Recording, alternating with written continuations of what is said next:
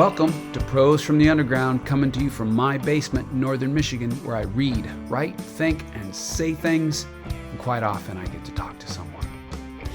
Well, it's April, which means it's Poetry Month, and so we're going to dive headlong into poetry today. Here's the thing about living in northern Michigan. I'm just across town, down the street, a few miles from some of my favorite poets. I'm lucky that way. One of my favorite poets lives just a couple hours south of my latitude, and that's Jack Ridl. I first met Jack in 2008, I want to say, at a writing conference. And when I first heard him read, I thought, that's a poet for me. His work is giddy in its curiosity. It's joyful.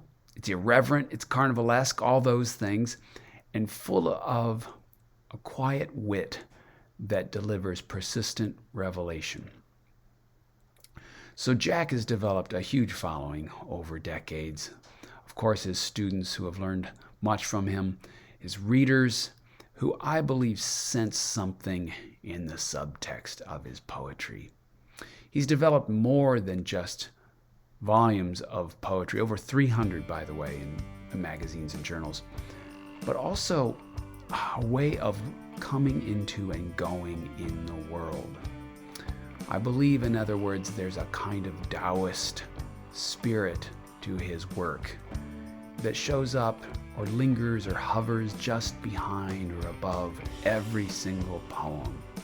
And that's why I think so many people follow him online and love to hear him read his work. So, here he comes. He knows, by the way, that this is Prose from the Underground, and so he's going to speak to all of us. Here's Jack. I'm going to start right off with maybe the genre elephant in the room.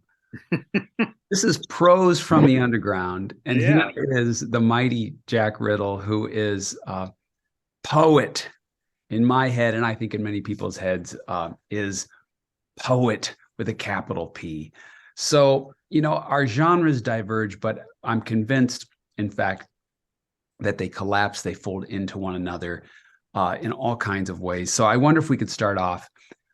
Many of the people that listen to this humble set of videos are prose people. So here you are. What can you tell us? How can we tap into the force of poetry? That's such a wonderful thing to brood on. It's just a wonderful question to brood on when you sent it to me. Because I suppose we could start in a sort of crass way, in a way when they used to say that novelists write in paragraphs and short story writers in sentences and poets in words. But, everybody is attendant to the word and wondering if they got the right one. And there's this pressure to make sure you get the right one. But I've always wondered, did I? Did I really get the right one? I don't know. I think the force probably has something to do with the sensibility, where the prose writer, I always picture, is carrying this thing around. And if it's a novel, I don't know how they do it. I just want to get Larry out of my head for a week or two, whereas the poetry, maybe it's a little luckier. You're just, boom, right on grandma's hands, and then when you're done with grandma's hands, let's go to grandpa's hands, and there's this intense focus. But then, of course, I think of, I don't know, even Whitman, and I think, well, that was pretty sprawly, so there went Jack's idea.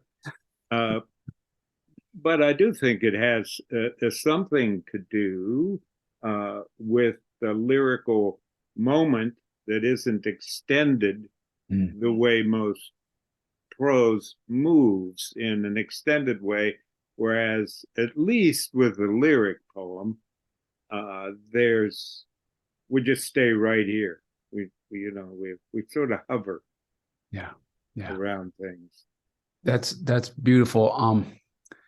Two quick thoughts, and I'll try not to do too many follow-ups, but um, when you say this hovering, I think that the second hardest thing, first hardest thing for fiction writers, I always say, is subtext. The second is committing to scene.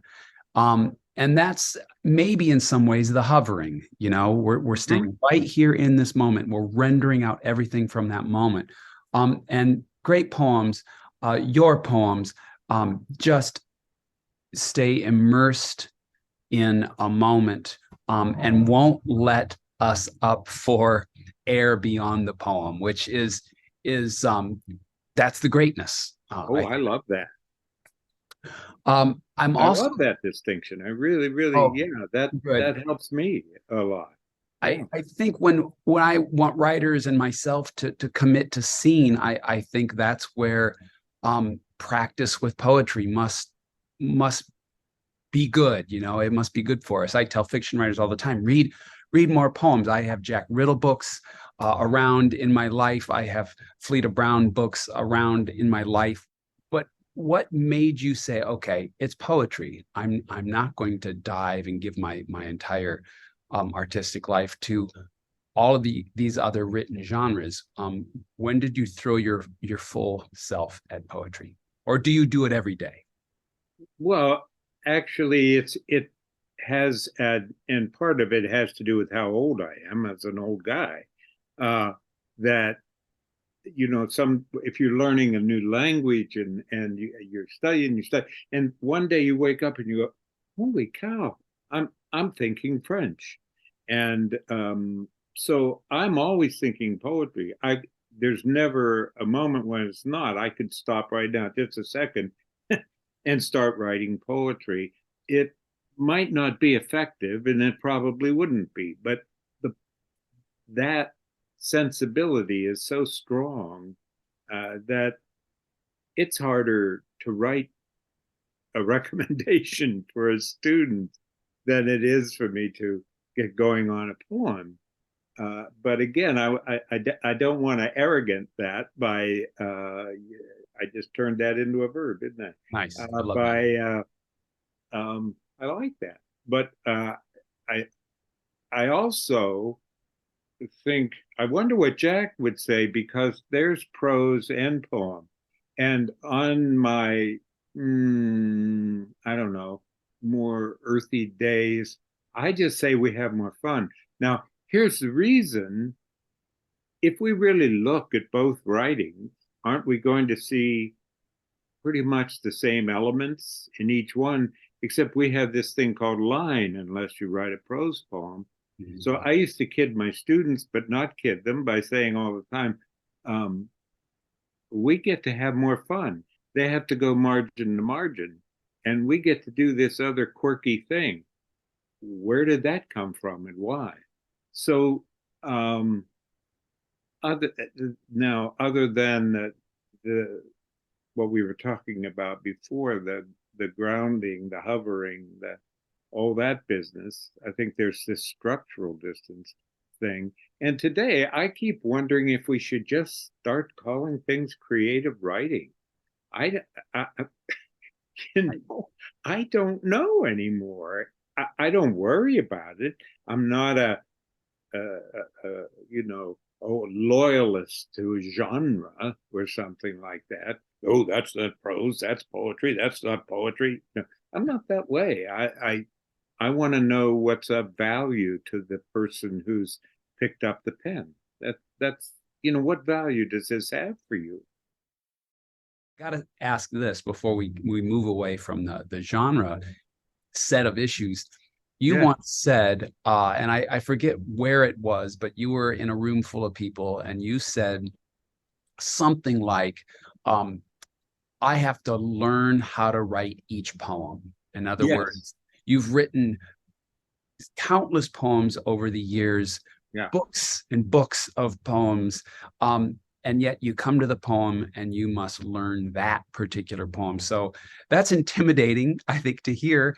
But can you talk about that more? Like, what's the Sure. relationship between experience, years of experience, and the fresh challenge of the moment? Well, it actually came from the only teacher I ever had was Paul Zimmer. It was an apprenticeship. He looked at the poems I had and he said, "I'll tell you when I think you've written a poem. I'll help you out." It was 2.5 years before he told me, "There, you did it. You wrote a poem." Um, so what he said was, "You have to learn the next poem. You can learn all it takes to compose a poem." A lot of people think it doesn't take much, but I once made a list of all the things you could draw from technique wise to create a poem, and I came up with 51. Um, so you're sitting down, free verse is, it's only a free choice, folks, among all that stuff that you could use. So you're looking at this poem as it's emerging, and you're just getting to its emerging place. And then you're applying these different possibilities and what's best for it. What's best for your dog, what's best for your kid, what's best for your spouse, what's best.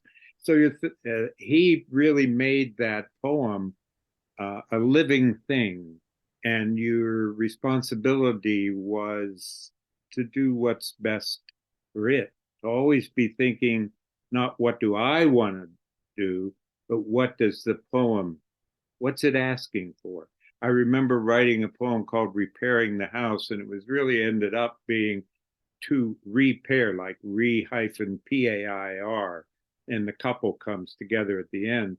And it was like, well, and all of a sudden I thought, yeah, the poem's talking to me. What's it saying? It's saying, "You idiot, this needs to be in couplets, for heaven's sakes. You made this big clunk thing, and that's not what it's about. That would be really actually fixing the whole out.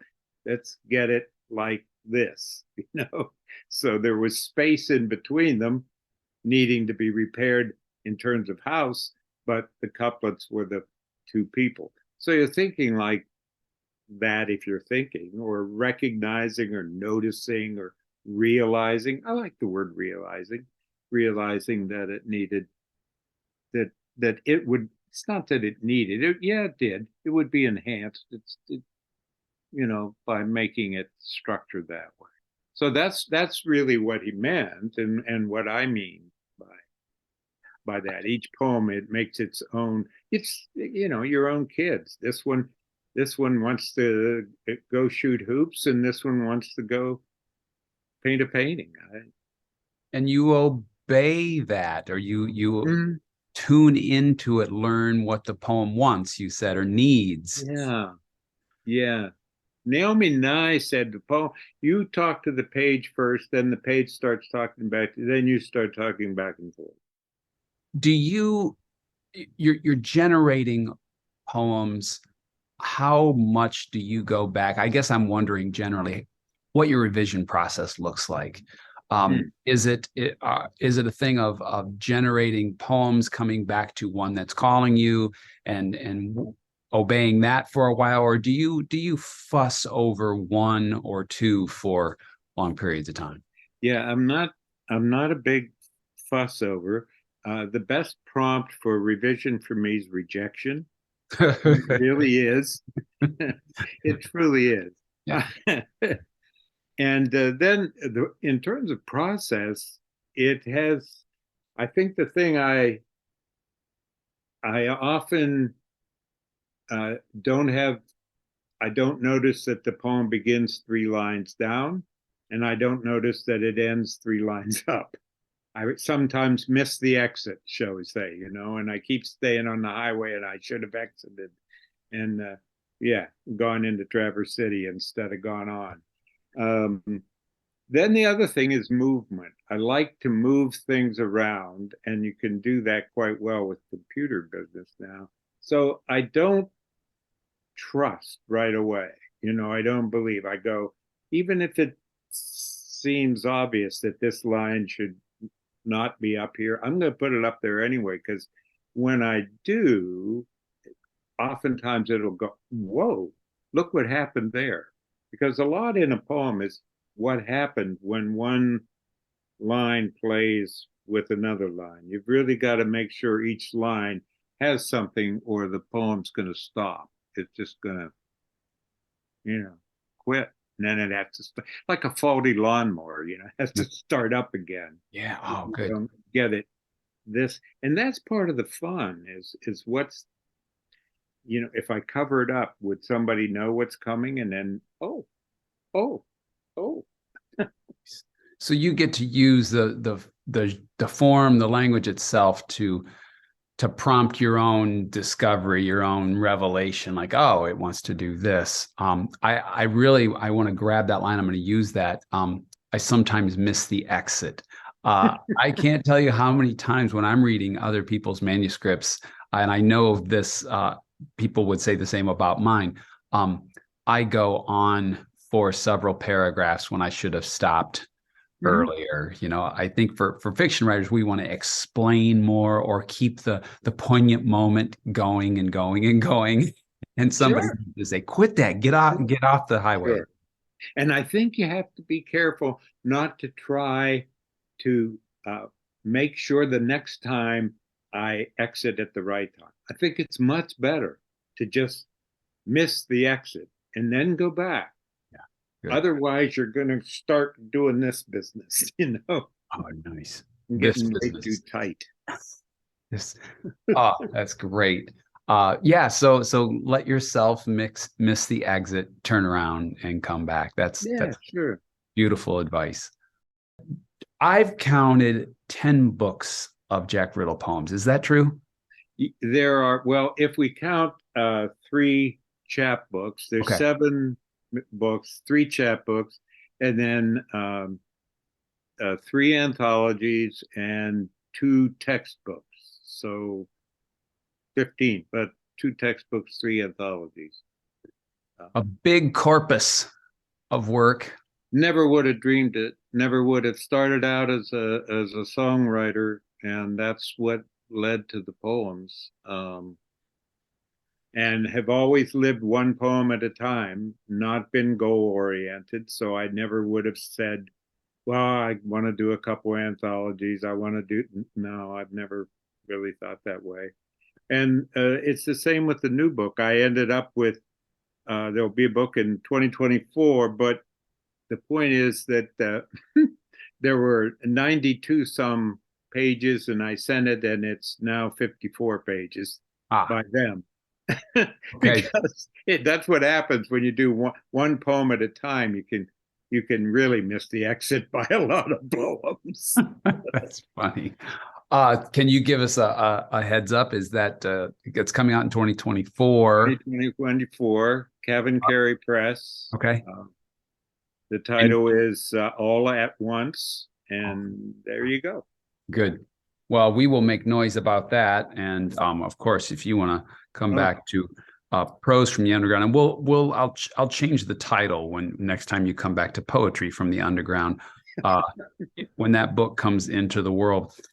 Do you see differences between early and later works, or do you see a persistent quality or effort that you can say, oh, there I am doing this, there I am doing this? In other words, you clearly have some analytical thoughts about your arc.